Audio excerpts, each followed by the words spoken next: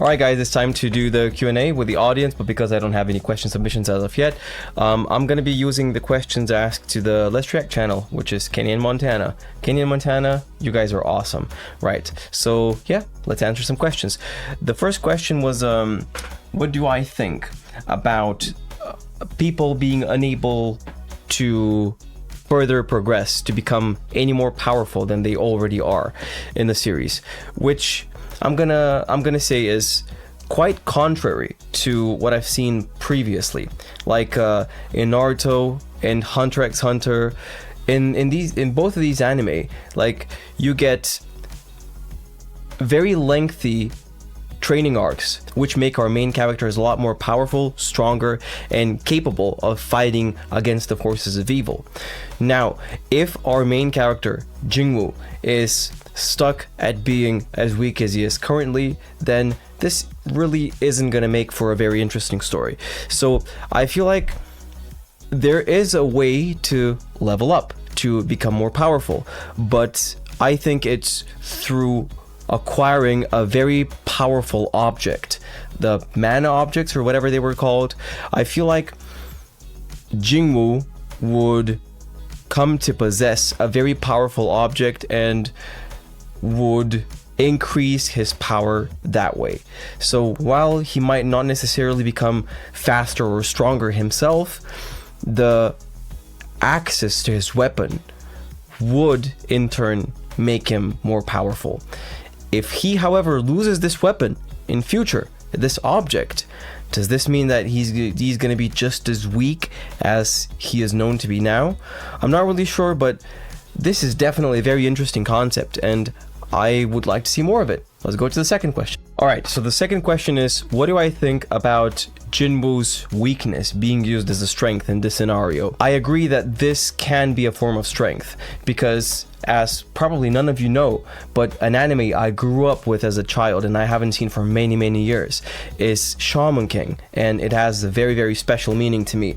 So in the beginning, when Ren challenges Yo, before Yo's had the vigorous training given to him by Anna, he is very classically outmatched by the Ren and Basan combination. However, because of his guardian spirit, Amidamaru, being used to fighting opponents that are bigger, stronger, and tougher than him, growing up as a very poor child in a time of war, this definitely helped our main character, Yo Asakura, overcome the obstacle of Ren and Basan, them being more trained, more experienced. Of course, Amidamaru is a stronger spirit than Basan is, but this experience Amidamaru had helped him overcome Yo's weakness in that particular fight. So I can definitely see some merit to being the underdog constantly, and then getting used to it and becoming adaptable enough to overcome obstacles, whatever they are in the future. Because if you're always fighting up, if you're always fighting people who are stronger than you, you're kind of gonna get used to that and gonna develop a strategy, or you're gonna develop instincts, reflexes based off that. So I think it's actually a good idea. While it's never a good thing to be weak, this actually can be a strength here. So I like that. I really like that. Let's go on to the third question.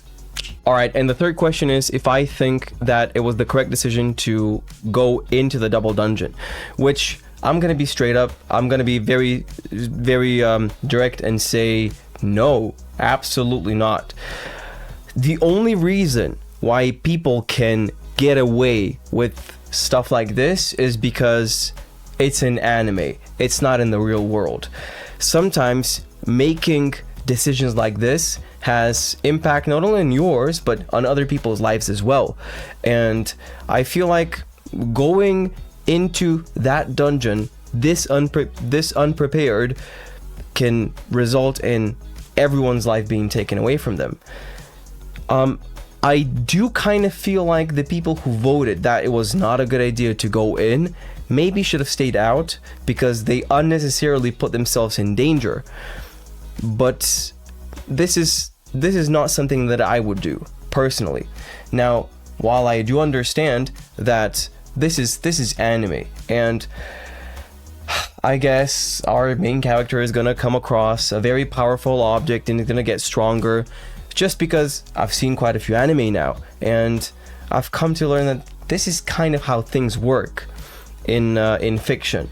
But in the real world, this shit doesn't fly, and it definitely wouldn't be as smooth of a ride as, well, it's not like it's been smooth here, but it would be even less of a good idea. So I definitely don't approve of them going into the dungeon like that. Right. Okay, let's make some predictions. All right, my prediction's ready. So my prediction is that Jinwoo will weaponize his weakness and show us his instincts he has developed through always being the underdog. He will get more powerful by obtaining an object rather than becoming stronger faster himself. So I've already mentioned this when I answered the questions earlier, but yeah, I feel like the instincts he's developed by always being the underdog, as in the example I gave with the fight between Yo and Amidamaru and Ren and Bason, I think that would work in the same way here with Jinwoo. And I feel like he is going to become more powerful by means of acquiring a very powerful object instead of he himself becoming stronger. So as I said earlier, I'm not really sure if this actually comes true. If they take the object away from him, is he going to be back to his old weak self? Not really sure, but I'm really excited to watch some more Solo Leveling. So I'll see you in the next one.